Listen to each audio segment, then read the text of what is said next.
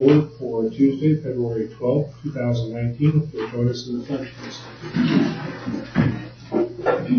Pledge allegiance to the flag of the United States of America and to the republic for which it stands, one nation, under God, indivisible, with liberty and justice for all. First item is to set the agenda. Is there a motion to accept the agenda? So moved. Second. Any comments or questions? I should have asked if we had any changes. Just a couple. Yeah, that's okay. We did remove the focus on learning item just for purpose of weather, so we'll move that group to next month, and consolidate some things to make sure everybody has a chance for that this year. And then we added a resolution regarding referendum tax levy. With those changes, we have a motion and a second. I'm assuming those are still good. Any other questions? All in favor, please indicate by saying aye. Aye. Motion carries. Thank you for braving the weather and joining us. Are there items on the agenda anyone would like to speak to this evening? I would like to speak on the consideration for the referendum, item 3.5, please. Very good. Thank you. Moving on to our consent agenda. Are there items within the consent agenda board member would like to pull out and have considered secondly? If not, I entertain a motion on the consent agenda. So moved. That motion is second to accept the consent agenda. Any comments or questions? I would just like to comment, we have 3 people retiring in the school year. John Fishback, Sharon Scott, Brendan Houston, and I certainly want to thank them for their dedication and contributions to public schools, and they've touched the lives of many kids, and wish them all the best in their retirement. Well said there. Can't add too much to that. Appreciate that. A lot of years of experience there. Yes. Any other comments, questions? Have motion second, all in favor, please indicate by saying aye. Aye. Motion carried. Moving on to section 3 for business transactions. We have a project update. Yes, Derek could not be here this evening, and so the report that he would typically submit is in your agenda. It's also up here. It's a lot of just visual picture stuff. So as Bruce, if you don't mind just kind of scrolling through that, we're just continuing to make progress. We did get set back about a little over a week with the cold vortex that came through. It was just too cold for folks to be out there. Excuses. They are working hard to get back on track, and there's really no worries with it. And if you drive by, you'll see that they're continuing to make progress, especially in that academic wing there on the East End. So, I appreciate everyone's efforts and moving forward.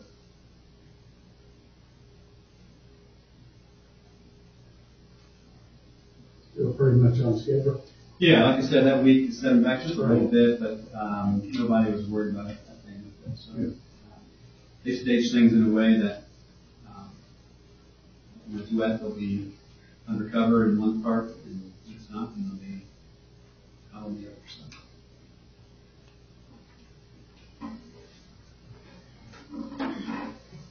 Very good. Any other questions? We'll move on then to item 3.2, consider makeup days. It is part of our practice to not have more than 3 consecutive days as e-learning days. We use these as a means to make up canceled days of school, and amazingly, for the second year in a row, we've had to invoke that. This year we had to cancel 5 school days in a row, so 2 days were not e-learning days, and then we made up. These were not on the calendar. We didn't build those into this year. So my request is that we formalize February 18th and June 3rd to be added as student instructional days, which would move the teacher last day to June 4th.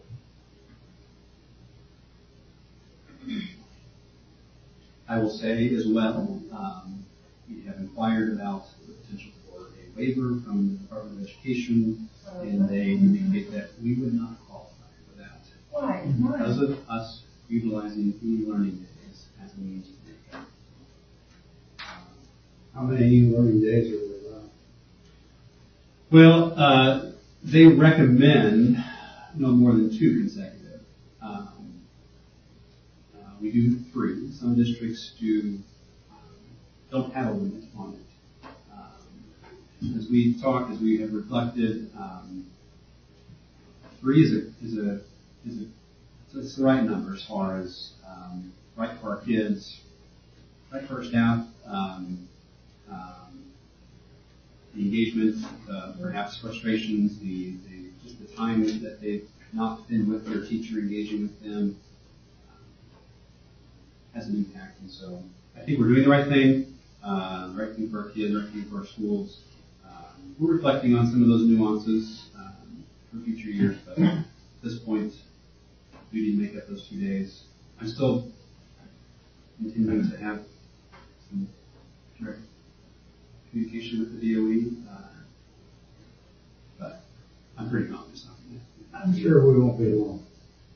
I'm sure we won't. The other schools have been in the same predicament, even more. Perhaps. One of the factors was that a state of emergency was not called, and if that had been, then perhaps we would have been able to qualify. But Just call this freaking timing. We broke all kinds of records evidently. I didn't count. I mean, there were a lot of businesses. We were the states for as we continue, I shouldn't say continue, but as I reach out, one final time here, if there is a ray of hope, perhaps the motion could also include not having to come back to the board if by miraculous chance a waiver is granted. We would knock off that last day and learn the teacher. So you've heard the recommendation, makeup days on February 18th, June 3rd, and if Andy works a miracle, wouldn't have to come back to the board to have a waiver on June 3rd. I think that's our motion. So moved. Second. Motion and second, discussion. Good luck, Andy. Yeah. Actually, it's Jill. It's all in Jill's. Good luck, Jill. Okay, Jill. We're getting really close to being And your best phone number, friends. people have questions? Or? Yes, I mean, we exchanged cell phone numbers with each other. I'm still working it. She's been working hard on that conversion. New friends. All right, motion and second. All in favor, please indicate by saying aye. Aye. Motion carries. 3.3, consider resolution 2019-3 for void checks. Yes, we have a listing of all of the checks, and miraculously, they're all from prepaid lunch accounts where family members have left, and coincidentally, 2 of these were checks that we reissued, and they still have not cashed them. And we've contacted, so we would ask permission to put these funds of $91.81 back into the prepaid lunch account. They are more than 2 years. For the recommendation, is there a motion? So moved. Second. Motion 2 seconds. Any discussion? All in favor, please indicate by saying aye. Aye. Thanks, Katie. Legislative report. I'm probably supposed to chime in here, but I'm not there. Well, yes, that's okay. This is budget year. It's an active legislative session. There's over 180 bills that our respective organizations have their eyes on and are updating us on. We're certainly watching the budget bill along with several of those others. Without going into specific details on all 188 of those, there are some that do have intent to try to do something in public schools, and it seems that there are just as many that appear to be trying to either politicize public schools or restrict resources that we're trying to fulfill our mission to have a positive impact on the lives of kids. So continue to reach out and express our concerns or support for those things that we don't think are good or are good, and we'll keep at it. Well, I know sometimes you, We've been keeping our eyes on a couple of different bills, ones that are dealing with teachers' salaries. The governor, if you remember, in his State of the State address had talked about making resources available in hopes of increasing teacher salaries. The bills that have come out have lost their momentum, though, within the State House, and that has been somewhat disappointing. There was one particular one to raise the base salary of beginning teachers. We're watching the ones with the referendums. They're looking at limiting referendums, not only when they can happen, but who gets the money from them. So it's always a concern when the state, who in many regards is responsible for the financial challenges school corporation has, is not stepping forward to help us when we need it. So we're keeping an eye as well. ISTA is having a day of action on March 9th. It's a Saturday. I invite every one of you guys to come and join us as we're going to go down to the State House. As a Saturday, they're not in session, but it's a show of support for public education. And if you're shy and don't want to go alone, I have a minivan, and I'd be happy to have you come with me. well, sometimes you have to take into consideration what is necessary locally and step up and do things ourselves. So it's a good lead in to 3.5. So we'll move on to 3.5. Consider resolution for a referendum tax levy.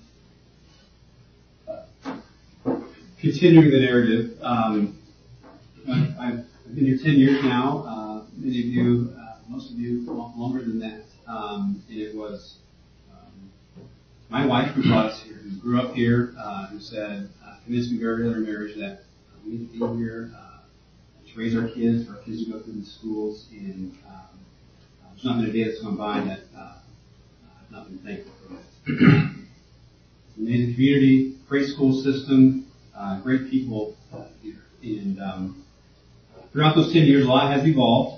We've been working towards great partnerships with the business community. We've expanded offerings for our students.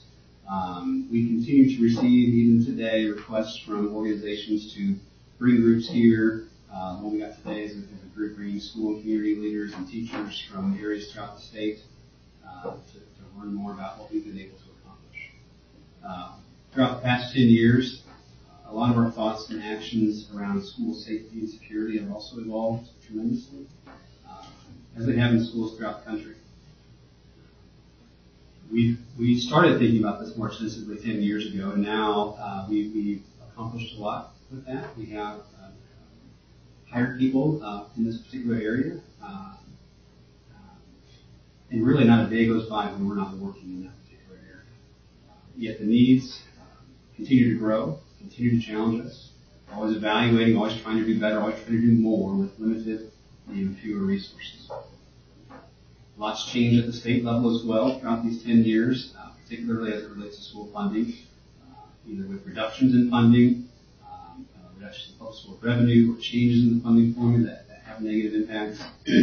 With less funds, yet more and more regulations, expectations continue, and the impact has been and could continue to be negative. Talk about safety. Again, we are always evaluating our most critical needs. The safety and security of our students is always at the top of our list. And staff, this includes a multitude of realms, including increasing security presence in our schools, as well as the mental health and social and emotional supports that exist for our students. The past few years, we've been trying to find ways to ensure that each school has at least a full-time social worker. For the past year in particular, we've really been talking about how to figure out how to increase the security presence in our schools. Yet declining revenues, we've actually had to reduce. We've had to not replace several positions throughout the district, including teachers, including administrators, instructional coaches, aides, custodians, technology staff, even in safety personnel. The other negative impact of those funding challenges is through our ability to attract and retain teachers and staff. We've not been able to consistently provide our folks with salary increases and raises that even meets the cost of living adjustments or be able to increase our beginning teacher salaries. To the point now that we are lower than several of our neighboring districts. It used to be one of the highest. There's a solution. It's been provided to us by our legislature, and that's in the form of an operating referendum. So before you this evening is a resolution that formalizes our intent to pursue this. In particular, this resolution authorizes that a referendum of registered voters who live within our boundaries to occur on May 7th, 2019, and that ballot asking for additional property tax not to exceed 19 cents for every $100 of assessed valuation. And that's for the purposes of funding student safety initiatives, mental health supports and programs, and attracting and retaining teachers. Questions pertaining to the impact of that of our community members. An example, on a $100,000 home, making the assumption of all typical deductions, that would be about $62 a year, or about $5 a month. The impact on our school system, though, could be tremendous. Sustaining those personnel and programs in safety security, as well as social, emotional, and mental health areas, and filling the gaps that we currently have identified, and we'll be able to better retain and attract our teachers and staff. So, that being said, the resolution is before you with my recommendation for approval. Thanks, Andy. Heard the recommendation from Andy regarding the resolution for an operating referendum that will be on the ballot for May 7th. We've been on the table for discussion, so to do so, is there a motion? So move. Second. Motion and second. Discussion. And I guess I'll go first. Laura, do you want to make a comment? Probably comment both on a personal level as well as with PEA. Like several of you in this room, raised in Plymouth, went to Plymouth schools, and now I have my children in Plymouth schools. And I've always felt very blessed for the opportunity to go through Plymouth schools. It has prepared me for college. It's prepared me for the workforce. And as I look back at my high school years, I look back at them very fondly. I was in sports and band, even though I wasn't very good with my instrument and band, but I enjoyed it. I had siblings who were in speech. I had friends who were in our ag classes, our welding classes, and it made an impact on them. It really did. And that's, again, been a blessing for all of us to have those opportunities at Plymouth. It's been challenging, though, over the years with the finances now. And I would hate to see those opportunities disappear for students that are coming through our system now. And so I do wholly support this idea of a referendum, and I know our community will support it as well, and I would urge you to vote in favor of it. As far as PEA, I have every confidence that our teachers are behind you on this issue, and it would be our intent, if passed, that we would go to our members and get that support that you need, because it will take some work. Thank you. Yeah. Any other comments? I just echo what Laura said. Plymouth, in my opinion, has been a rock as far as doing what's best for kids and teachers and faculty. And it's too bad the state has taken this position and put us in this position. But we have no choice. I think we definitely have to do this, and I agree with Laura. I'm utmost confident the community will support this because of the things that Andy mentioned that we need to take care of and continue to upgrade. It has to be done, and I certainly support it. Other comments? Well, to the points that have been made, in sitting up here for many years, too many perhaps, in some people's eyes, I don't know. This is year 23 to be on board, and to the point that Laura made and Larry, I've come through this system, my kids, and this is my community, and all of us up here take this responsibility quite seriously, and we were elected to do so. And in the time that I've been on here, seen a lot of change in a couple of decades in terms of what comes before us and what we need to consider. And it's not only in Plymouth, but throughout Indiana, throughout our country. Unfortunately, we're seeing challenges that I don't think any of us could have predicted. I couldn't when I got involved, that deal with the safety, security, emotional support, social support of our students and staff, and the really the economics, if you will, of what is happening in the teacher ranks as far as the number of teachers that are entering this field and our ability to keep up with. And I will say, in my time, my biggest frustration has been to maintain the balance of financial strength for the corporation, as well as doing right by our staff and administration as far as maintaining pay scales that are fair, that are keeping up with inflation, and as evidenced by, unfortunately, we're falling behind some of our neighbors. And if we look across the state, and that's something we need to address. And I'm not into the blame game so much, but at some point you have to stand up and do what, and use the tools that have been provided to us. And I'm very proud of, over the time in this board, this administration, for the steps that we have taken to do as much as we can with as much as we have and still maintain financial strength. In 23 years, I can only remember one reduction in force, and I'm pretty proud of that. And I'm not even sure there was one. There's been very few. And I don't want to get into that, but we've had to be very creative, as unfortunately not being able to replace retirements, and on the administrative level, get creative. I would put our administrative, I think we're very lean in terms of how we run our corporation, and that's both by design as well as what is necessary to continue to provide what we need to provide. The school corporation in our community is extremely important, and to the point that you made, Larry, it's been a point of pride. It's been a point of focus. It's an economic development asset to our community. So I think it's appropriate that and we've been looking at this for years, in terms of how to continue to position the corporation appropriately for all of the things that we want to have accomplished for our students and our staff and our community. And the state has provided tools for us to do that, and this is one that I think we, at this time, need to consider.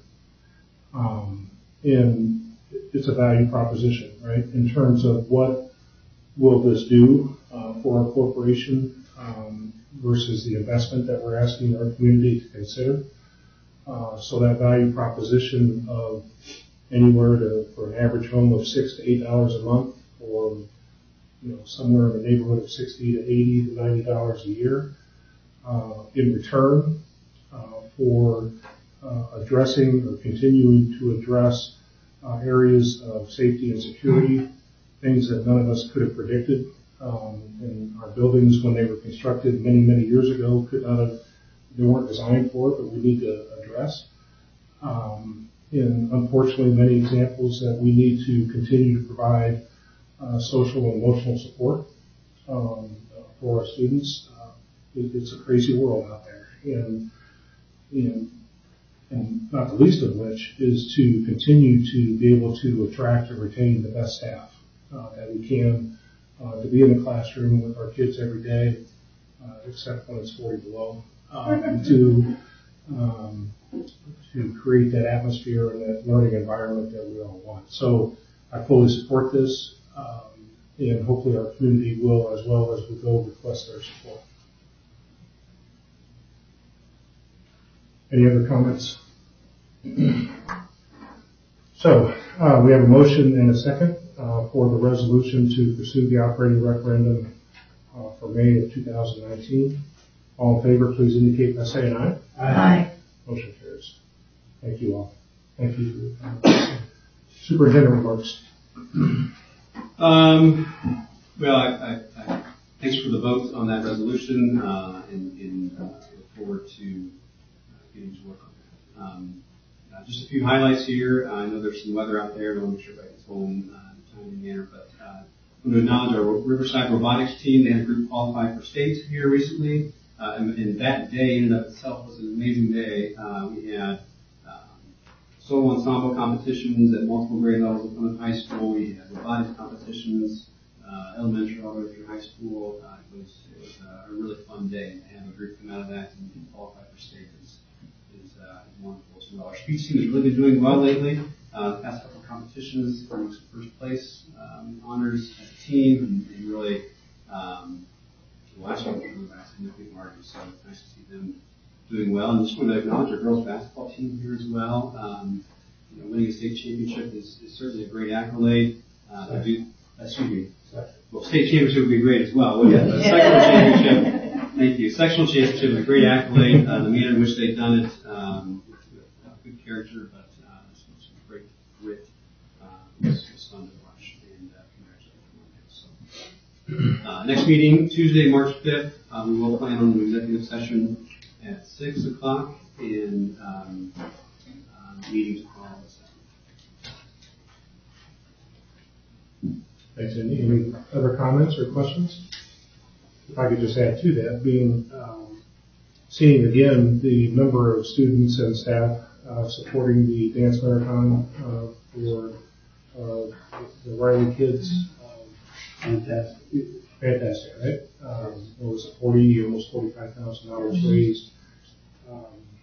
Having a kid that was at Riley many years ago, it's just a wonderful fact. And I remember my daughters, when that was first getting going, when they reminded me that they were so pumped up that they raised $10,000 in that first year, and now we've seen what's happened in about 6 years, 7 years. So congratulations to those folks and to our community for that support.